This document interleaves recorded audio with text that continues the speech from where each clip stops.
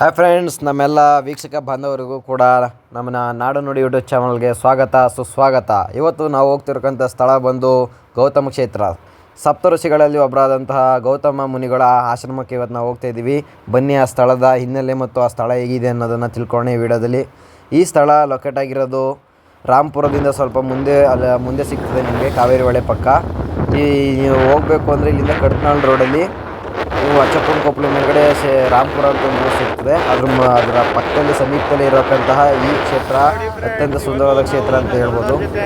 Location ನಾನು ಡಿಸ್ಕ್ರಿಪ್ಷನಲ್ಲಿ ಕೂಡ ನೀಡಿರ್ತೀನಿ, ಬೇಕಾದ್ರೆ ನೀವು ಅಲ್ಲೂ ಕೂಡ ನೋಡ್ಬೋದು. ಹಾಗೆ ಫ್ರೆಂಡ್ಸ್, ಒಂದು ಫೇಮಸ್ ಡ್ರಾಮಾ ಮೂವಿನ ಕೂಡ ಇಲ್ಲೇ ಶೂಟಿಂಗ್ ಮಾಡಿದ್ದಾರೆ. ಆ ಜೋಡೆತ್ತು ಪ್ಲೇಸ್ ಕೂಡ ಇಲ್ಲೇ ಇದೆ ಫ್ರೆಂಡ್ಸ್. ಮತ್ತು ನೀವು ಇಲ್ಲಿ ಬರ್ಬೇಕಾದ್ರೆ ನೀವು ಡ್ರಾಮಾ ಮೂವಿ ಶೂಟಿಂಗ್ ನಡೆದಿರೋ ಸ್ಪಾಟ್ ಕೂಡ ನೋಡ್ಬೋದು.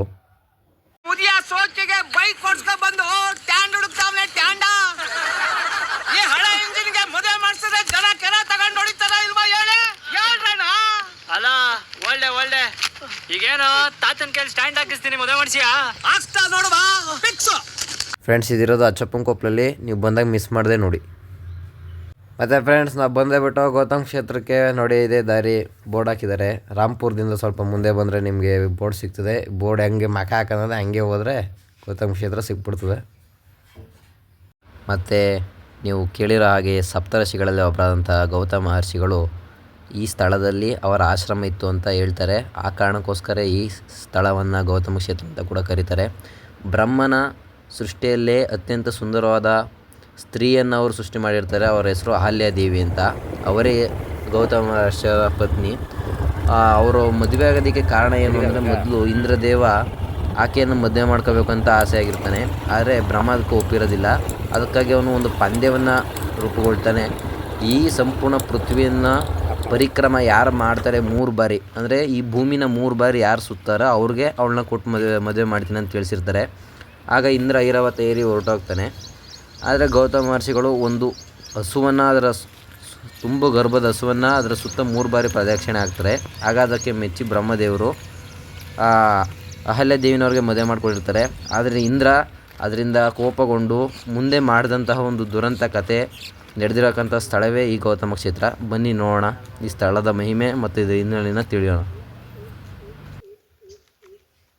ಮತ್ತು ಸ್ನೇಹಿತರೆ, ಬೈಕ್ ಆಶ್ರಮದವರೆಗೂ ಕೂಡ ಹೋಗ್ತದೆ. ಆದರೆ ಅದೇನೋ ರಸ್ತೆ ರೆಡಿ ಮಾಡ್ತಿರೋ ಕಾರಣದಿಂದ ಬೈಕ್ ತರೋಕ್ಕಾಗಲಿಲ್ಲ. ಬೈಕ್ ನಾಳೆ ನಿಲ್ಲಿಸ್ಬಿಟ್ಟು ನಡ್ಕೊಂಡ್ಬರ್ತೀವಿ. ನಾಡು ನುಡಿ ಯೂಟ್ಯೂಬ್ ಚಾನಲ್ಗೆ ಸ್ವಾಗತ ಸುಸ್ವಾಗತ. ಇವತ್ತು ನಾವು ಬಂದಿರೋಕ್ಕಂಥ ಸ್ಥಳ ಬಂದು ಗೌತಮ ಕ್ಷೇತ್ರ. ನಾವು ಈ ಸ್ಥಳದಲ್ಲಿದ್ದೀವಿ.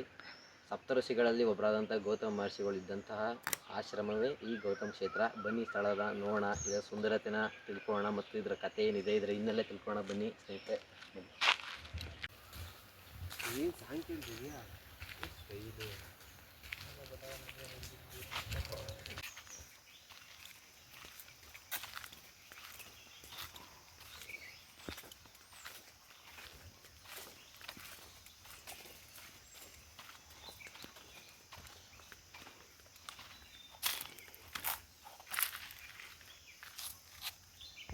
ಫ್ರೆಂಡ್ಸ್, ಮತ್ತು ನಾವಿವತ್ತು ಬಂದಿರೋಂಥ ಸ್ಥಳ ಗೌತಮ ಕ್ಷೇತ್ರ.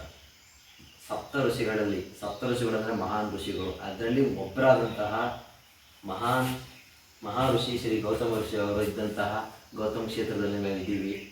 ಬನ್ನಿ ಈ ಸ್ಥಳನ ನೋಡೋಣ.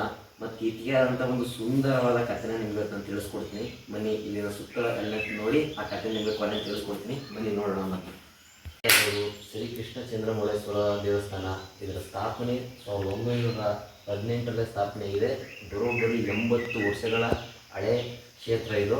ಆದರೆ ಇದು ತುಂಬ ಹಳೆ ಕ್ಷೇತ್ರ. ಆದರೆ ಇದು ಸ್ಥಾಪನೆ ಮಾಡಿರತಕ್ಕಂತಹ ದೇವಸ್ಥಾನ ಸ್ಥಾಪನೆ ಹೆಸರಿಲ್ಲಿದೆ. ನೀವು ನೋಡ್ತಾ ಇರ್ಬೋದು, ಚಂದ್ರಮೌಳೇಶ್ವರ ದೇವರು. ದೇವರ ಆಶೀರ್ವಾದ ಪಡಿತ.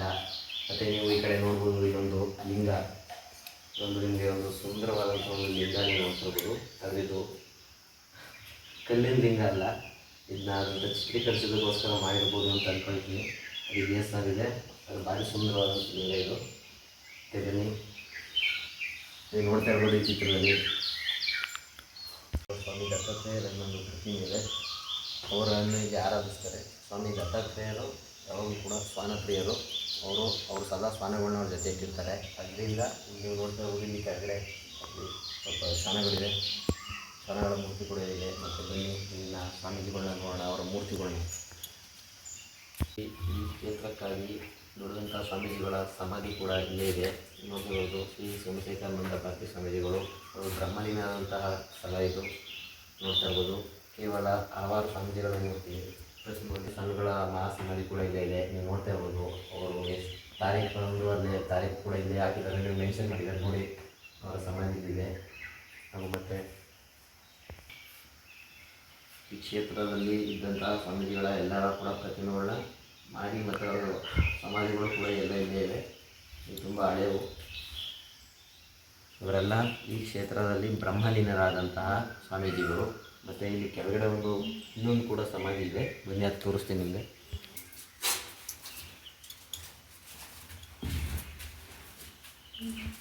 ಇಲ್ಲಿ ಕೂಡ ಕೆಳಗಡೆ ಪೂರ್ತಿ ಕೆಳಗಡೆ ಅಂಡರ್ಗ್ರೌಂಡ್ ಸಮಾಧಿ ಇಟ್ಟಿದ್ದಾರೆ. ಸಮಾಧಿ ತಾರೀಖು ಕೂಡ ಹಾಕಿದ್ದಾರೆ. ಅವರು ಒಂದು ಜೀವಕ್ಕೆ ಆದಂತಹ ಸಮಾಧಿ ಇದು. ನೋಡ್ತಾ ಇರ್ಬೋದು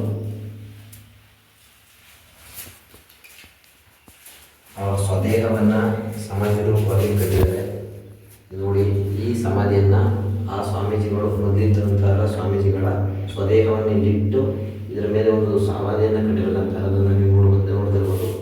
ಜೀವ ಸಮಾಧಿ.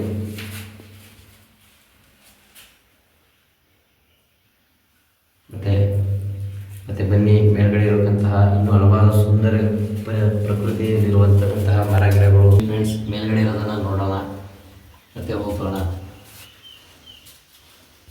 ಮತ್ತು ಈ ಆಶ್ರಮದಲ್ಲಿ ಸ್ನೇಹಿತರೆ ಸ್ವಾಮೀಜಿಗಳು ಕೂಡ ಇದ್ದಾರೆ. ಆ ಸ್ವಾಮೀಜಿಗಳು ಉಳ್ಕೊಳ್ಳೋದಕ್ಕೋಸ್ಕರ ಇಲ್ಲೊಂದು ಅವರ ಪಾಲನೆ ನೆಲ ಕೂಡ ಇದೆ. ಅವರ ಬಂದಂತಹ ಭಕ್ತರಿಗೋಸ್ಕರ ಕೂಡ ಇಲ್ಲಿ ಉಳ್ಕೊಳ್ಳೋದಕ್ಕೋಸ್ಕರ ಜಾಗನೂ ಕೂಡ ಇದೆ. ನೀವು ನೋಡ್ತಾ ಇರ್ಬೋದು.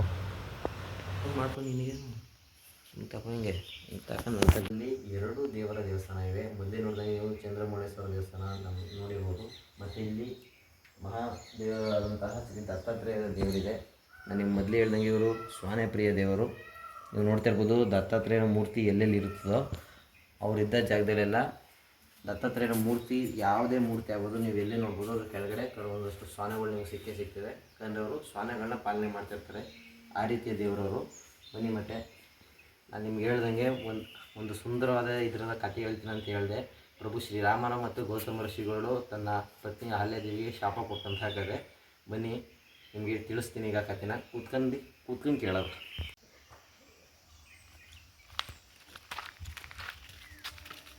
ಫ್ರೆಂಡ್ಸ್, ಭಾಳ ಒಳ್ಳೆ ನೆರಳೈತೆ. ಬನ್ನಿ ಕೂತ್ಕೊಂಡು ಒಂದು ಒಳ್ಳೆ ಕಥೆ ಹೇಳ್ತೀನಿ, ಕೇಳ್ಕೊಳ್ಳಿ. ಇಲ್ಲಿ ಬಂದಿರೋಂಥ ಸ್ಥಳದ ಉದ್ದೇಶ ಇಷ್ಟೇ. ಈ ಕಥೆನ ನಿಮ್ಗೆ ತಿಳಿಸ್ಬೇಕನ್ನೋದೇ. ಈ ಸ್ಥಳ, ಇದರ ವಿಶೇಷತೆ ಏನು, ಅಂದಿನ ಕಾಲದಲ್ಲಿ ಇಲ್ಲಿ ಏನು ನಡೆದಿತ್ತು, ಏನು ಆಗಿತ್ತು, ಯಾರ್ಯಾರು ಇದ್ದರು ಇಲ್ಲಿ ಅನ್ನೋದೇ ಇದರ ಉದ್ದೇಶ. ಬನ್ನಿ, ನಿಮ್ಮೊಂದು ಕಥೆ ಹೇಳ್ತೀನಿ, ಕೇಳಿಸ್ಕೊಳ್ಳಿ. ನೀವು ನೋಡಿರ್ಬೋದು ಸಪ್ತ ಋಷಿಗಳು ಅಂತ ಇರ್ತಾರೆ. ಸಪ್ತ ಋಷಿಗಳು ಅಂದರೆ ಅವರು ಮಹಾನ್ ಋಷಿಗಳು. ಅವರು ನೀವು ಒಂದು ಸತಿ ಒಬ್ಬ ರಾಕ್ಷಸ ಅಸುರ ಯಾರೋ ಒಬ್ಬ ಶಿವನ್ನ ಯಾರನ್ನೋ ತಪಸ್ ಮಾಡಿ ದೇವ್ರನ್ನ ನೋಡಬೇಕು ಅಂದರೆ 1000 ವರ್ಷಗಳ ಗಟ್ಟಲೆ ನೋಡಬೇಕು. ಆದರೆ ಸಪ್ತ ಋಷಿಗಳು ಮನಸ್ಸು ಮಾಡಿದ್ರೆ ಅವರು ಆ ಕ್ಷಣದಲ್ಲೇ ಶಿವನನ್ನೇ ಪ್ರತ್ಯಕ್ಷ ಮಾಡುವಂತಹ ಶಕ್ತಿನ ಇಟ್ಟಿರ್ತಾರೆ. ಅಂಥದ್ರಲ್ಲಿ ಒಬ್ಬರಾದಂತಹ ಮಹಾಮುನಿ ಮಹರ್ಷಿ ಗೌತಮರು ಈ ಸ್ಥಳದಲ್ಲಿ ಇದ್ದ ಕಾರಣದಿಂದಲೇ ಈ ಸ್ಥಳದ ಹೆಸರು ಗೌತಮ್ ಕ್ಷೇತ್ರ ಅಂತ ಕರೀತಾರೆ. ಈ ಸ್ಥಳದಲ್ಲಿ ಅವರ ಪತ್ನಿ ಹೆಸರು ಅಹಲ್ಯ ದೇವಿ ಅಂತ. ಅವಳು ಅತ್ಯಂತ ಸುಂದರಿಯಾದಂತಹ ಸ್ತ್ರೀಯಾಗಿರ್ತಾಳೆ. ಅವಳು ತನ್ನ ಗಂಡನ ಜೊತೆಗೆ ಉತ್ತಮವಾದ ಸಂಸಾರದ ಜೊತೆಗೆ, ನೀವು ನೋಡ್ತಿರ್ಬೋದು ಈ ಪ್ರಾಕೃತಿಕ ವಲಯ, ಇಲ್ಲೇ ಪಕ್ಕದಲ್ಲೇ ಕಾವೇರಿ ಹೊಳೆ ಕೂಡ ಹೋಗ್ತದೆ. ಇಲ್ಲಿ ಇದ್ದರು ಅವರು. ಇಲ್ಲಿ ಇದ್ದ ಒಂದು ದಿನ ಹೀಗೆ ದೇವರ ರಾಜರಾದಂತಹ ಇಂದ್ರನು ಅಹಲ್ಯಾದೇವಿ ಮೇಲೆ ಅವನ ಕಣ್ಣನ್ನು ಇಡ್ತಾನೆ. ಅವನ ಕಣ್ಣನ್ನು ಇಟ್ಟು ಅಹಲ್ಯಾದೇವಿನ ಹೇಗಾದರೂ ಮಾಡಿ ತನಗೆ ಹೋಲಿಸ್ಕೊಳ್ಬೇಕು ಅನ್ನೋ ದುಷ್ಕಾರಣದಿಂದ ಅವನು ಒಂದು ದಿನ ಗೌತಮ ಋಷಿಗಳು ಸಂಧ್ಯಾವನೆಗೆ ಹೋಗೋ ಸಮಯವನ್ನು ಕಾಯ್ತಾ ಇರ್ತಾನೆ. ಅವರು ಪ್ರತಿದಿನ ಸಂಧ್ಯಾವನೆಗೆ ಹೋಗೋ ಸಮಯದಲ್ಲಿ ಅವರು ಹೀಗೆ ನದಿಗೆ ಸಂಧ್ಯಾವನೆಗೆ ಅಂತ ಹೋಗೋ ಸಮಯದಲ್ಲಿ ಕಾದು ಅವನು ಋಷಿಗಳ ವೇಷವನ್ನು ತೊಟ್ಟು ಈ ಸ್ಥಳಕ್ಕೆ ಬರ್ತಾನೆ. ಬಂದು ಅಹಲ್ಯ ದೇವಿ ಜೊತೆ ಯಾವ ಕೆಲಸ ನಡೀಬಾರ್ದಾಗಿತ್ತು ಆ ತಪ್ಪು ನಡೆದೋಗುತ್ತೆ. ಆ ಸಮಯದಲ್ಲಿ ಸರಿಯಾಗಿ ಗೌತಮ ಋಷಿಗಳು ಬಂದ್ಬಿಡ್ತಾರೆ. ಆ ಬಂದು ನಡೀತಿರ್ತಕ್ಕಂಥ ಆ ಕೆಟ್ಟ ಕರ್ಮವನ್ನು ನೋಡಿ ಅವರು ಅತ್ಯಂತ ಕೋಪಗೊಂಡ್ಬಿಡ್ತಾರೆ. ಕೋಪಗೊಂಡ ಋಷಿ ಇಬ್ಬರಿಗೂ ಕೂಡ ಆ ಸಮಯದಲ್ಲೇ ಶಾಪನ ಕೊಟ್ಬಿಡ್ತಾರೆ. ಇಂದ್ರನಿಗೆ ಏನಂತ ಶಾಪ ಕೊಡ್ತಾರೆ ಅಂದರೆ, ಇಂದ್ರನ ಮೈ ಮೇಲೆ 1000 ಯೋನಿಗಳು ಇರಲಿ ಅಂತ ಇಂದ್ರನಿಗೆ ಶಾಪ ಕೊಟ್ಬಿಡ್ತಾರೆ. ಮುನಿಗಳೇ, ದಯವಿಟ್ಟು ನನ್ನನ್ನು ಕ್ಷಮಿಸಿ. ಇಂದ್ರನೇ, ನೀನು ಮಾಡಿದ ಪಾಪಕ್ಕೆ ತಕ್ಕ ಶಿಕ್ಷೆ ಅನುಭವಿಸು. ನಿನ್ನ ದೇಹದಲ್ಲಿ 1000 ಕಣ್ಣುಗಳು ಮೂಡ್ಲಿ. ಹಾಗೆ ತನ್ನ ಪತ್ನಿ ಏನು ತಪ್ಪು ಮಾಡಿಲ್ಲ, ಅವಳು ಇಂದ್ರನ ಬಲೆಗೆ ಬಿದ್ಲು ಅಂತ ಕೂಡ ಅವರು ಯೋಚಿಸಲ್ಲ. ಅವ್ರು ಯೋಚನೆ ಮಾಡೋದು ಒಂದೇ, ನೀನು ಒಬ್ಬ ಋಷಿಯ ಪತ್ನಿಯಾಗಿಟ್ಕೊಂಡು ನಿನಗೆ ಇಷ್ಟು ಸಣ್ಣ ವಿಷಯ ಕೂಡ ಗೊತ್ತಾಗಲಿಲ್ಲ, ಪತಿಗೂ ಮತ್ತು ವೇಷಧಾರಿಗೂ ಇರೋಕ್ಕಂಥ ವ್ಯತ್ಯಾಸ ನಿನಗೆ ಗೊತ್ತಾಗಿಲ್ವ ಅಂದ್ಬಿಟ್ಟು ಅವರು ಆಕೆಗೂ ಒಂದು ಶಾಪ ಕೊಟ್ಬಿಡ್ತಾರೆ. ನೀನು ಇಲ್ಲೇ ಕಲ್ಲಾಗಿದ್ಬಿಡು ಅಂತ ಒಂದು ಶಾಪನ ಕೊಟ್ಬಿಡ್ತಾನೆ. ಇಲ್ಲಿ ಗೌತಮ ಋಷಿಗಳು ತನ್ನ ಪತ್ನಿಯಾದಂತಹ ಅಹಲ್ಯಾದೇವಿಗೆ ಶಾಪನ ಕೊಟ್ಬಿಡ್ತಾರೆ. ಅದಾದ ಸ್ವಲ್ಪ ಸಮಯದ ನಂತರ ಅವರ ತಾಳ್ಮೆ ಕಡಿಮೆ ಆದಮೇಲೆ ಆತನ ಪುತ್ರರಾದಂತಹ ಅವ್ರಿಗೆ 3 ಮಕ್ಕಳಿರ್ತಾರೆ. ಅದರಲ್ಲಿ ಮೊದಲನೇ ಶತಾನಂದ ಅನ್ನಕ್ಕಂಥ ಪುತ್ರ ಬಂದು, ತಂದೆ ನಮ್ಮ ತಾಯಿಯ ಶಾಪ ವಿಮೋಚನೆ ಮಾಡಿ ಅಂತ ಕೇಳ್ಕೊಳ್ತಾನೆ. ಆದರೆ ಒಂದು ಸತಿ ಶಾಪ ಕೊಟ್ಟ ನಂತರ ಶಾಪ ವಿಮೋಚನೆ ಮಾಡೋದಕ್ಕೆ ಆಗೋದಿಲ್ಲ. ಆ ಕಾರಣದಿಂದ ಗೌತಮ ಋಷಿಗಳು ತನ್ನ ಮಗನಿಗೆ ಅದಕ್ಕೆ ಆದಂತಹ ಮುಂಬರುವ ಒಂದು ಕಾಲದಲ್ಲಿ ತ್ರೇತಾಯುಗದಲ್ಲಿ ಶ್ರೀ ವಿಷ್ಣು ರಾಮನ ಅವತಾರ ಜನಿಸಿ ಭೂಮಿಗೆ ಬರ್ತಾರೆ. ಬಂದ ನಂತರ ಯಾವಾಗ ಅವರ ಸ್ಪರ್ಶ ಈ ಕಲ್ಲಿಗೆ ಆಗುತ್ತೋ ಆಗ ನಿನ್ನ ತಾಯಿಯ ಶಾಪ ವಿಮೋಚನೆ ಆಗುತ್ತೆ ಅಂತ ಆ ಮಗನಿಗೆ ಒಂದು ಆಶ್ವಾಸನೆ ನೀಡಿ ಅಲ್ಲಿಂದ ಅವರು ತಮ್ಮ ಯೋಗ ಸಿದ್ಧಿಗೋಸ್ಕರ ಬರಳ್ತಾರೆ. ಆ ಸಮಯನೇ ಶಾಪ ಕೊಟ್ಟಂತಹ ಸ್ಥಳ, ಅವರಿದ್ದಂತಹ ಆಶ್ರಮವೇ ಈ ಇಂದಿನ ಈ ಗೌತಮ ಕ್ಷೇತ್ರ. ನಿಮಗೆ ಇಲ್ಲಿ ಇಂಥ ದೇವಸ್ಥಾನಗಳನ್ನ ಕೂಡ ತೋರಿಸಿದ್ದೀನಿ, ನೀವು ನೋಡ್ತಾ ಇರ್ಬೋದು. ಬನ್ನಿ ಫ್ರೆಂಡ್ಸ್, ಮತ್ತು ನಮಗೆ ಈ ಆಶ್ರಮದ ಸ್ವಾಮೀಜಿಗಳು ಸಿಕ್ಕಿದ್ದಾರೆ. ಆ ಶಾಪ ವಿಮೋಚನೆ ಆದಂಥ ಬಗ್ಗೆ ತಿಳಿಸ್ಕೊಡ್ತಾರೆ, ಕೇಳಿ. ಚಂದ್ರ ಕೋಳಿಯಾಗಿ ರಾತ್ರಿ 12 ಗಂಟೆಗೆ ಒಂದು ಅಮಾವಾಸ್ಯೆ ದಿನ ಕೂಗ್ತಾರೆ. ಆಗ ಗಡಿಯಾರ ಇರಲಿಲ್ಲ. ಋಷಿಗಳು ಅನ್ಕೊಳ್ತಾರೆ ಅಮಾವಾಸ್ಯೆ ಇದು ಬ್ರಹ್ಮ ಮುಹೂರ್ತ ಆಗಿರ್ಬೋದು. ಕೋಳಿ ಕೂಗುವಾಗ ಸ್ನಾನಾಗಿ ಹೋಗ್ತಾರೆ.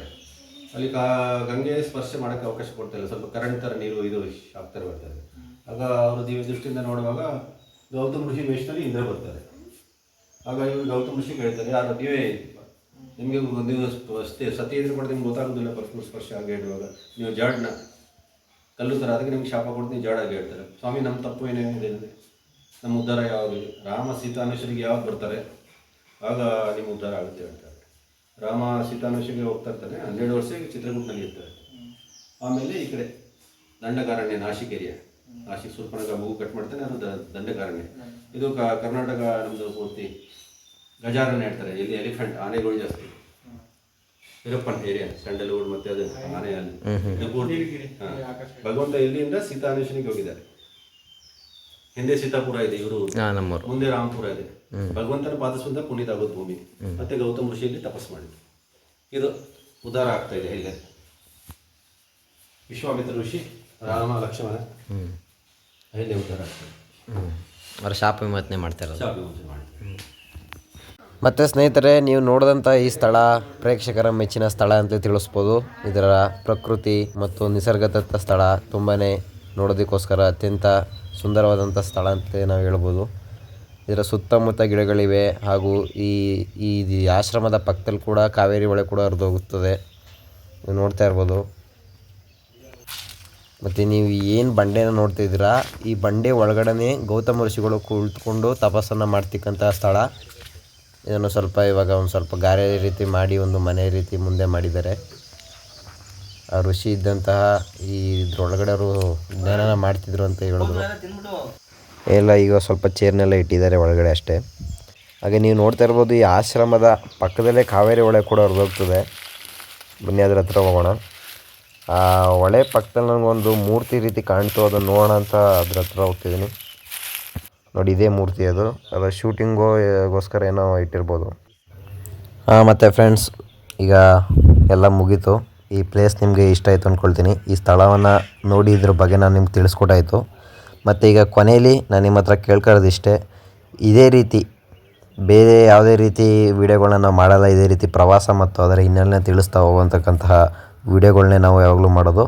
ಆ ಕಾರಣದಿಂದ ಮುಂಬರುವಕ್ಕಂತಹ ಯಾವುದೇ ವಿಡಿಯೋ ಆಗಲಿ ಅಥವಾ ಈ ವಿಡಿಯೋಗಳಿಗೋಸ್ಕರ ಆಗಲಿ ನಿಮ್ಮ ಸಹಕಾರ ತುಂಬ ಮುಖ್ಯ. ಅದರಿಂದ ಫ್ರೆಂಡ್ಸ್, ನಮ್ಮ ಚಾನಲ್ನ ಸಬ್ಸ್ಕ್ರೈಬ್ ಮಾಡ್ತಾ ನಮ್ಮ ಚಾನಲ್ಗೆ ಹೆಲ್ಪ್ ಮಾಡ್ತೀರಾ ಅಂತ ಭಾವಿಸ್ತಾ ಮುಂದಿನ ವಿಡಿಯೋದಲ್ಲಿ ಸಿಗೋಣ. ಬಾಯ್. ನಮ್ಮ ವಿಡಿಯೋವನ್ನು ಕೊನೆ ತನಕ ನೋಡಿದಂತಹ ನಮ್ಮೆಲ್ಲ ವೀಕ್ಷಕ ಬಾಂಧವರಿಗೂ ಕೂಡ ಧನ್ಯವಾದಗಳು. ಮತ್ತೆ ಸಿಗೋಣ ಮುಂದಿನ ವಿಡಿಯೋದಲ್ಲಿ. ಬಾಯ್.